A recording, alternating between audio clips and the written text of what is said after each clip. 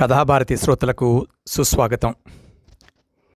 ఈ వారం కథ జూన్ 6, 2021లో ప్రచురింపబడిన ఈనాడు కథామృతం శీర్షికలో కథా విజయం 2020 పోటీల్లో ప్రత్యేక బహుమతి పొందిన కథ సుక్కల పూట.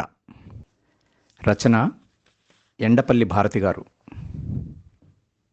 మేయ్ మంగా, నడీది బండ మీదకు నన్ను పిలిచినారు, నేను పోయిస్తా అనే నా మొగుడు. ఏమిటికి అంటి. చెరువు కింద మల్లు సాగు చేసే వాళ్ళందరికీ పూట నిర్ణయిస్తారంట, అందరినీ పిలిచినారు అని నా మొగుడు తవాలు భుజానేసుకుని పాయ. మా ఊరికి సీతాపతి చెరువు ఉంది. మాకది కన్న తల్లి. 4 చినుకులు నేల రాలినా చెరువు నిండుతుంది. 4 కొండల మీద పన్ని చినుకులన్నీ దొర్లుకుంటూ చెరువులోకి వస్తాయి. అంత వాటం పల్లం ఉంది. దిక్కల ఊర్లలో మా చెరువు చూసి మీరు పుణ్యం చేసినారు, అందుకే ఎంత కరువు పెట్టినా సీతాపతి చెరువులో చిప్పడు నీళ్ళైనా ఉంటాయి అంటారు. మాకు చెరువు కింద 20 కుంటల మడుంది. దాంట్లో వరిపైరు వేసినాము. వాన్లు సరిగ్గా పడకపోవడంతో చెరువులో నీళ్లు సాలక పూట్లు నిర్ణయిస్తూ ఉండారు. ఈసారన్నా పంటొస్తే తిండి గింజలకు భయం ఉండదు. నేను ఇంట్లో పనులు చేసుకుంటా ఉండా. నాకు 2 కూతుర్లు, 1 కొడుకు. కాలేజీ చదువుతున్నారు. ఆడబిడ్లు 2 నీళ్లు ఒకరు తెస్తూ, పాత్రలు ఒకరు కడుగుతూ నాకు ఎదరప చేస్తూ ఉన్నారు. ఈ మగపిల్లాడు మాత్రం ఇటు ఉన్ని పుల్ల అట్లేయడు. ఇమ్ము దప్పిపోయి దప్పికి నీళ్లు ఈరా అంటే కూడా ఈడు. రేయ్, ఇంట్లో చిన్న చిన్న పనులు చేయరా అంటే ఊర్లో మగపిల్లలు ఎవరూ చేయరు, నేను పని చేస్తే నన్ను ఆడోడు అంటారు పోమ్మా అనేసి వెళ్ళిపోతాడు. రేపు నిన్ను చేసుకునేది ఏం తీరుబాకు తీర్చినారు అని తిడుతుంది అని చెప్పినా వినేవాడు కాదు. జతపిల్లల్ని ఎంటేసుకుని బైరేగను వెళ్ళిపోతాడు. ఆకిలైనప్పుడు మాత్రమే ఇంటి మీద జోలి.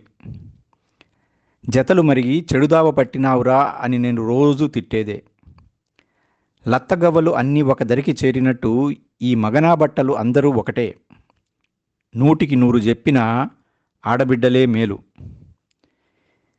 మా ఇంట్లో మేము తల్లి కూతుళ్ళు అన్ని పనులు చేసి వండి పెడితే అన్నం యాలకి తినేదానికి వచ్చిరి నాయనా కొడుకు.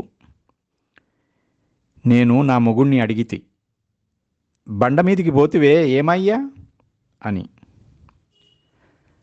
చెరువు కింద సాగు చేసే వాళ్ళందరినీ పిలిపించిరి.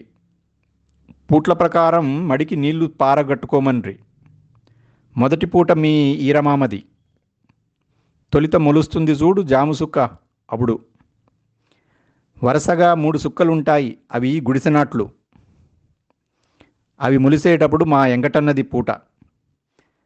మధ్యలో ఒక పెద్ద సుక్క, దాని చుట్టూ చిన్న చిన్న సుక్కలు, దానే కోడి, పిల్లల కోడి అంటారు. పిల్లల కోడి మొలిసినప్పుడు మీ నాగన్నది పూట. మూల సుక్క మొలిసినప్పుడు మనది పూట. ఈ సుక్క పరమట మూలయాసగా పుడుతుంది. గుడ్డి సుక్క మొలిసినప్పుడు మా సీసన్నది పూట. కాంతి సుక్క అన్ని సుక్కల కంటే కాంతిగా ఉంటుంది. ఇది కూడా పరమటనే మొలుస్తుంది. ఈ సుక్క తెల్లారి 6 దాకా కనబడుతుంది. ఇది మొలిస్తే ఆ పూట గోపన్నది అని విసిదంగా చెప్పే పిల్లలు కూడా వింటున్నారని. నేను ఉండుకోని, కాదే, అందరి పూట్లు పొద్దుకు అట్లా ఇట్లా ఉంటే నీ పూట మాత్రం సరిగ్గా రాయి నీరు కరిగే పొద్దుకి సరిగ్గా కోడి పిల్లలకు పాలు దాపే టైంకి ఉంది. యాలగాని యాల ఒగనివే పోవల్లా నీ పూట మార్చమనకూడదు అంటి. ఆ యాలకాడపోతేనే మన పని బచ్చాబడేది. నిద్రకు తట్టుకోలేక 1 అడుగు వెనుక ముందు వేస్తారు. ఆ యాలదాకా నీళ్లు మనమే కట్టుకోవచ్చు. అదీగాక మన మడి పట్టకర్రతో ఉంది. పొట్లు పగిలి ఎన్ను ఇడుస్తూ ఉంది. ఎన్ను ఇడిసి కాయి వాలేటప్పుడు నీళ్లు తగ్గదీస్తే ఒడ్లు జల్లులు పడతాయి. పట్టకర్రతో ఉన్న మడి ఎక్కువ నీళ్లు తాగుతుందంట. అయినా వానకార్తులు ముందుండాయి కదా అనే ధైర్యంతో మడి నాటితిమి. అయి మళ్ళీ మోసం చేసే అని నా మొగుడు గొనుక్కుండే. నా కూతురు వండుకొని, నాయనా వానకార్తులు ఎన్ని అని అడిగే వాళ్ళ నాయన్ని. వానకార్తుల్లో వాన పడితేనే మనకు గొడ్డు గోదకు తిండుండేది. ఎండాకాలం పాతనే తొలుత వచ్చేది భరణి కార్తె. ఈ కార్తెలో భరణి పక్షులు మండ్లలో గూక్ గూక్ మని కూస్తుంటాయి. ఈ కార్తీలో సింతపూత ఎక్కువ పూస్తుంది. ఈ కార్తెలో వరినార్లు పోస్తే ఒడ్లు సింతపూలు రాలినట్లు రాలుతాయంటారు. అంటే పంట బాగా పండుతుంది అని వాళ్ళ నాయన చెబుతా ఉండాడు. సింతపూత అంటేనే మా యవ్వ గెవనానికి వచ్చే. మేము చిన్న బిడ్డలప్పుడు మా ఇంట్లో సుమారు 10 మంది జనం ఉండేది. ఆ కాలాన కూటికి జరిగేది కష్టం. 7 ఏళ్ళు కరువు. గవర్నమెంట్ వాళ్ళు గెంజి పోస్తూ ఉండారు. మా అమ్మకి మా యవ్వ ఉండే. ఇప్పుడు విఆర్ఓ సెక్రటరీ మాదిరి. అప్పుడు గ్రామానికి అంతా రెడ్డి ఉండేది. వాళ్లను గామిస్ రెడ్డి అనేది. రెడ్డి ఇంటికాడ గంజి పోస్తారంట అని చాటింపు వేసేవాళ్ళు అప్పుడు. మా యవ్వ వెనకాలే చెంబెత్తుకుని పోయేది. ఆ రెడ్డి ఇంటికాడ క్యూలో నిలబడితే వాళ్ళు అన్నమంతా దేవేసి వట్టి గంజి పోసేది. ఆడ మోసమే. పోసినామని పేరు గవర్నమెంట్ లెక్క చెప్పుకునేదానికి. దాన్ని ఇడిస్తే గతి లేదని మైలు దూరం నడిచిపోయేది. అట్లా గెంజి దాగి కూడా పానాలు కాపాడుకున్నాం. అట్లాంటి కరువులో మా యవ్వ ఆ గంజి నీళ్లలో వట్టి రాగిపిండి పోసి సంగటి గెలికేది. అప్పుడు సింతపూల గాలం. ఆ సింతపూలన్నీ రాల్చుకొని వచ్చి అవన్నీ చాటలో పోసి చెరిగితే పూలు కింద పడి మొగ్గలు మిగులుతాయి. వాటికి మా యవ్వ మిరక్కాయలు, ధనియాలు, తెల్లగడ్డ, ఎర్రగడ్డ, మెంతి, జీలకర్ర, కాసింత భీము వేసి వేయించి నూరి ఈ సింతమొగ్గలు పోసి తెరలిచ్చేది. ఆ ఒట్టిపిండి సంగటికి ఈ సారు కలిపి తింటే ఏముండేదిలే. మా యవ్వ ఇట్లాంటి కరువు సార్లు భలే చేసేది. మళ్ళీ నాయన బిడ్ల మాటలకి చెవి వేశా. ఈ కార్తీ పాతనే రోహిణి కార్తీ. అది వచ్చిపోయేది కూడా ఎవరికి తెలియదు. మూడోది మగశిల కార్తీ.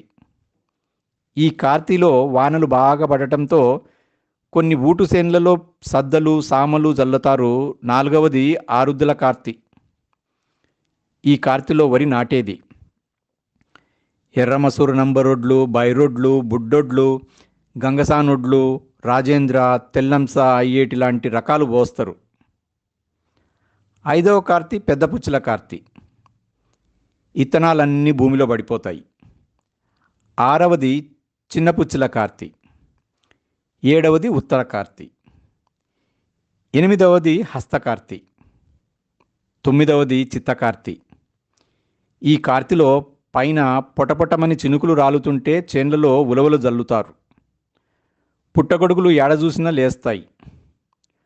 కుక్కలు కట్టుబోతుతనానికి వచ్చి కాట్లాడుకుంటా ఒక ఆడకుక్క చుట్టూ 10 కుక్కలు చేరి కొట్లాడుకుంటా అరస్తా ఉంటాయి. కోరిక తీరని కుక్కలు ఆకాశం కల్లా ఎగజూసుకుని ఏడుస్తాయి. 10వది సాతి కార్తీ. ప్రతి ఒక్క పంట ఈ కార్తీలో ఎన్నిపోతాయి. సాబ్బంద కింద ఉన్న గడ్డి కూడా ఎన్నిపోతుందంటారు. తర్వాత వచ్చేది ఇసారాక్ కార్తీ.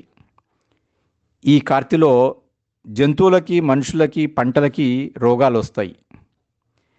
నానితే దగ్గులు, జ్వరాలు పట్టుకుంటాయి. 12వది అనారాక్ కార్తీ. ఈ కార్తీలో అన్ని రోగాలు పోతాయంటారు. నానితే కూడా మంచిదంటారు. 13వది మూల కార్తీ. ఈ కార్తీలో కూడా వానలు బాగా పడి చెరువులు నిండుతాయి. 14వది దెష్ట కార్తీ. వానలు ఎక్కువ పడి మూలాలు ముంచి ఎక్కువ దెష్టలు చేరుస్తుంది. 15వది సంక్రాంతి గర్భాలు. అప్పుడు కూడా వానలు పడతాయి. ఈడికి కార్తులన్నీ ఆకీరు. చిన్న పుచ్చుల కార్తీలో వాన పల్లె. ఇది తప్పితే పెద్ద పుచ్చుల కార్తీలో అన్న వాన పడుతుంది అనుకుంటిమి, అది పాయే. మగసిల కార్తీలో దాన్ని మగమే లేదు, అన్నారా కార్తీ అనుకోకుండా పాయే. పెద్దలు అనేది ఈ కార్తులన్నీ మోసం చేసి ఇంకా ఈ ఊర్లో మనం బతకలేమో అని గుడ్డ గుసురు బోకి బాలి అన్ని గంపకు పెట్టుకుని చుట్టగుడ్డ నెత్తిన పెట్టి ఉత్తరం చూసి ఎత్తర గంప అంటే అప్పుడు ఉత్తరం చూస్తే అస్తం చూపించి నేను వస్తా ఉండా యాడికి పోవద్దండి అని అభయమిచ్చిందంట హస్తకార్తి. నేను ఉన్నాను అని కుంభవర్షం కురిసిందంట. అయినా మన ఎర్రి కాకపోతే ఈ కాలం ఏడకార్తీలో వాన కురుస్తూ ఉండేది. ఆకాశం తొక్కు ఎగజూసి ఎగజూసి మెల్లు నొస్తూ ఉండాయి. చినుకు నేల రాలాలంటే గగనం అయిపోతూ ఉంది. ఇక నెల దినాలు కాపాన్నామంటే చేతికొచ్చిన పంట నోటికొస్తుంది, లేదంటే ఎండిపోతుంది. అదిగాక ఈసారి చెరువు కింద సాగుబడి ఎక్కువైపోయింది. మునుపు నీళ్లతో చెరువు మొరవ కాడకి తునికేసేది, ఇప్పుడు తూము కాడికి ముగుసుకున్నాయి. సాగు ఎక్కువైంది. నీకు ఎక్కువ నీళ్లు బాయే, నాకు తక్కువ నీళ్లు బాయే అని కొట్లాడుకుంటుంటే పూట్లు పెట్టినారు. మన పూట మూలసుక్క మొలిసినప్పుడు వస్తుంది. నేను ఆదమరిస్తే కూడా నువ్వు గవనంలో ఉండి లేపు అనే నాతో మా ఇంటాయన. నేను ఉండుకొని, కాదే మన మడి దిగువన ఉండేది, మనకు కాలువ సాగొచ్చే కుందికి గంట పడుతుంది, ముందుగా మన మడికి వదలమనకూడదా అంటే దానికి నా మొగుడు, నీకు దోడుమైంది ఒకటి పెళ్లిపీట్ల మీద నుండి పిర్రగిచ్చిందంట, మనం వారగా పదాం అని. ఎందుకు అని మొగుడు అడిగితే నేను ఒకటి ఎత్తిపెట్టినాను అన్నంట. వాడు ఇంక సంబరంగా నా పెండ్లాం ఏందో విలువైందే ఎత్తిపెట్టున్నది అని ఇంట్లో వాళ్ళ అమ్మ నాయన మీద రంపు చేసి వారగా బాయనంట. ఇప్పుడు నువ్వు ఎత్తిపెట్టి ఉండేది ఎత్తకరాబో అంటే అది దినము సంకటి చేసేటప్పుడు ఎవరికి తెలియకుండా దినానికి ఒక సంగటి ముద్ద వాడకు వేసి పెట్టిందట. ఆ వాడ మూత కింద వెలికినంట. ఆ వాడ బొక్కలో నుంచి సంగటి కుళ్ళిపోయి నీళ్ళై కారతా ఉందంట. మొగుడు అది చూసి, ఇదేనా నువ్వు దాచిపెట్టింది, నీ మాటలిని ఎక్కడ కాకుండా పోతినే అని నెత్తిన గుడ్డ వేసుకున్నంట. అట్లా దానివి నువ్వు పైనుండి పార కట్టుకుంటా రానిలే, ఒకేళ నీళ్లు అయిపోయినా ఎగువ నుండి దిగువకు వచ్చే నీళ్లు మల్లలో పడతాయి. ఎగువన నీరు నిలేసిన ఆ ఎడగాలువ నీళ్లతోనే మడి పారుతుంది, మనకే మేలు అనే నా మొగుడు. నేను, కాదే మూలసుక్క మొలిసేటప్పుడు 12-1 గంట అవుతుంది, నేను కూడా వస్తా నీతో అంటి. నువ్వు నా వెనకటికి వస్తే బిడ్డలు ఒకరే అయిపోరా, నాకేం భయం లేదు, నేను పోతాలే అనే. నేను ఇంట్లో అన్నం కూర చేస్తా ఉండా. నా బిడ్డలు పొగులంతా ఎండనక గాలనక పిల్లల జతన ఏగులాడి పొద్దట్ల మస్కులు పడతనే నిద్రకు తట్టుకోలేక తూగతా బెట్టకన్ను వేస్తా ఉండరు. నేను బిడ్డలు ఎడ నిద్రపోతారో అని బిరిబిరి సంగటి గెలికి ముద్దలు చేసి సింతసారు చేసి గిన్నెల్లో పెట్టి, రేయ్ తినేసి నిద్రపోండి అని వాళ్లను హెచ్చరించా. అందరం సంగటి పెట్టుకుని తింటా ఉండాము. ఈ పిల్లలు కారానికి కారాలు ఆరస్తా నోరు మంటకి ఉసీట్లు కొడతా ఉండారు. పొగులంతా నిలుకు లేకుండా చెరుకులు తిని తిని వీళ్ళకి నోర్లు మంటలు. ఏ పక్క చూసినా చెరుకు తోటలే. మేమందరం తిని చేలు కడిగి అట్లా కూసున్నాము. అప్పుడు జాముసుక్క ములిసింది. మా వీరమామ భుజాన కమిడి వేసుకొని చేతిలో దొన్ని కట్టి పట్టుకుని తల మగసాల్లోకి వచ్చి,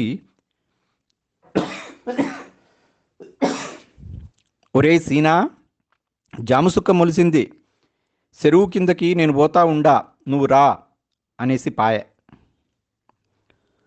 తూర్పున మెడకాయ ఎత్తి చూస్తే 3 నక్షత్రాలు వరుసగా కనిపించాయి. అవే గుడిసెనాట్లు. అవి కనపడతానే వెంకటన్న చెరువు కాడికి పాత, ఒరేయ్ గుడిసెనాట్లు మొలిసినయి, నేను పోతా ఉండా అనేసి పాయె. ఆయాలకే నా మొగుడు తూగేసినాడు. నేను మేలుకొనే ఉండా. కాసేపటికి మైమరిచి తూగతుండగా మా నాగన్న వచ్చి తలుపు తట్టే, ఒరే సీనా, పిల్లల కోడి మొలిసింది, నేను పోతా ఉండా అనేసి పాయె. పిల్లల కోడి మొలిసిన తరువాత మూల సుక్కే. నేను మేలుకొని కండ్లు పులుముకుంటూ ఆకాశం తొక్కు ఎగజూసుకోనుండా మూలసుక్క కనపడతానే నా మొగుణ్ణి లేపి పంపిస్తి. ఇంగన్న కాంచేడి నిద్రపోదాంలే అని తలుపు గట్టిగా వేసి పనుకుంటే గుడ్డి సుక్క మొలిసినప్పుడు మా అన్న వచ్చి లేపే. కాంతి సుక్క మొలిసినప్పుడు మళ్ళీ లేపిరి. అబుటికే కోడి గూసే. తెల్లారిపాయే. నా మొగురితో బాటు నాకు జాగారమాయాయి. నా మొగుడు ఇంటికి వచ్చి పనుకుండే. నేను మాత్రానికి ఇంట్లో పనులు చేసుకుంటుండా. ఆడది ఒళ్ళు బాగలేనప్పుడు తప్ప తెల్లారిందాకా పనుకుంటే అది సంసారానికి పనికిరాదు అంటారు. మడి పండి గింజలు ఇల్లు చేరేదాకా నాకు నిద్ర కరువే. అదండి ఎండపల్లి భారతి గారి సుక్కల పూట. ఈ కథకు 5,000 రూపాయల ప్రత్యేక బహుమతి పొందిన కథ ఇది. వచ్చే వారం మళ్ళీ ఇంకో మంచి కథలో కలుద్దాం. అంతవరకు సెలవు. సర్వే జనా సుఖినో భవంతు.